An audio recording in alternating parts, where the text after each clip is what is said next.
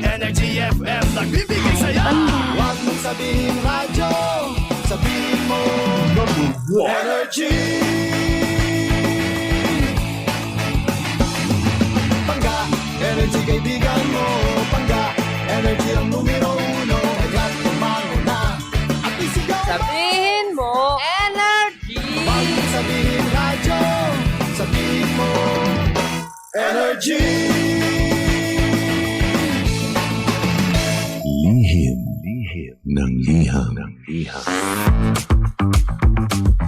Ang pinakamakulit na girlfriend mo sa balat ng radyo. Isang magandang morning sa inyong lahat! Ako pa rin po nag-iisang girlfriend mo sa radio. My name is Lindsay. Makulit pero may puso, handang makinig sa mga kwento mo. Alam mo, feeling ko kailangan mo na siyang iwan kasi it doesn't make sense. Ang kwento sa lihim ng liham.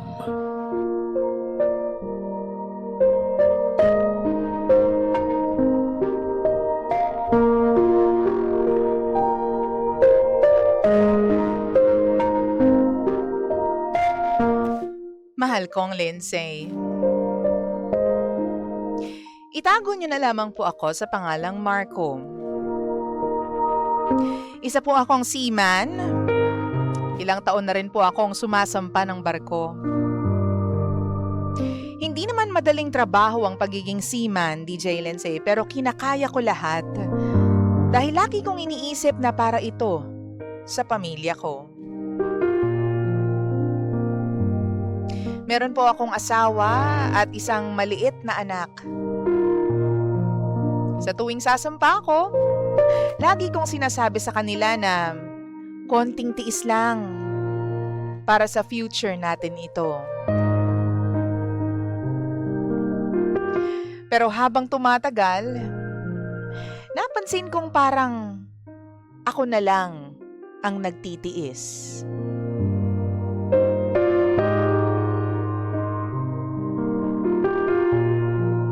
Noong una, excited pa akong umuwi.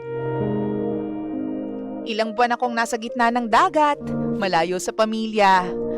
Walang ibang iniisip kundi yung araw na mayakap ko ulit sila. Kada sweldo ko, diretso sa kanila ang pera. Hindi po ako magastos, DJ Lindsay. Hindi po ako maluho tulad ng iba. Basta alam kong okay sila sa Pinas, masaya na ako doon. Pero noong huling bakasyon, may napansin akong kakaiba sa anak ko. Parang naiilang siya sa akin. Noong niyakap ko siya, umiwas siya.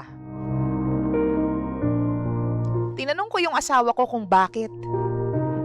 Ang sabi niya, normal lang daw dahil matagal akong nawala. Pero isang gabi, habang natutulog yung anak ko, meron siyang sinabing pangalan na hindi ko makalimot-kalimutan. Ang sabi niya, "Good night, Papa Ryan."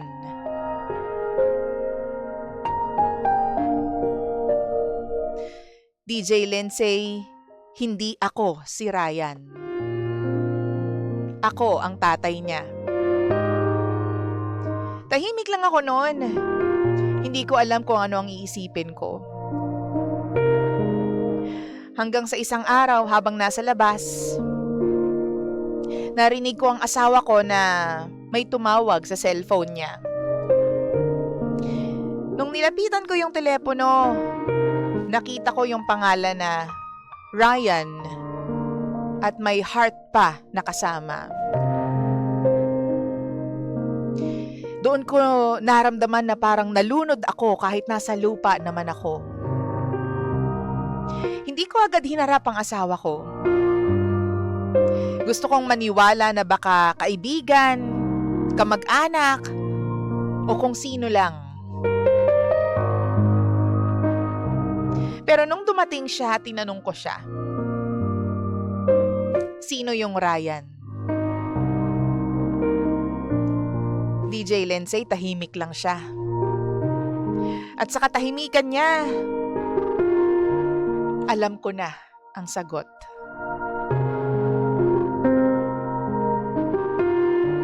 Habang ako pala nagbibilang ng araw para makauwi, may ibang taong araw-araw palang nasa tabi nila. Alam mo kung anong mas masakit, DJ Lensei? Ni hindi ko alam kung kailan nagsimula ito. Hindi ko alam kung ilang beses akong nagpadala ng pera habang may ibang lalaking kasama ang pamilya ko.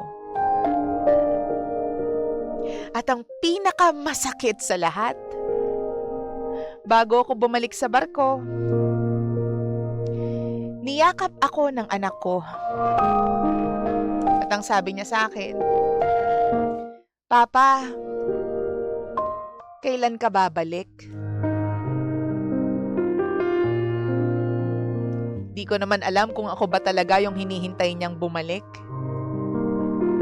O hinihintay niya lang akong umalis para makabalik ulit yung lalaking tinatawag niyang Papa Ryan.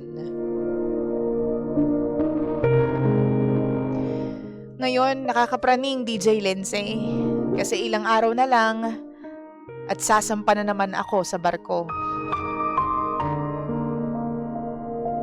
Alam mo, sa totoo lang, DJ Lensei, hindi na ako natatakot sa gitna ng dagat. Hindi na ako natatakot magtrabaho mag-isa. Hindi na ako natatakot sa bawat alon. Pero mas natatakot akong umuwi sa bahay na pinaghirapan kong mabuo. Pero baka matagal nang hindi ako ang tunay na kabahagi nito. Tulungan niyo po ako, DJ Lensei. Ako po si Marco. At ito ang lihim ng aking liham.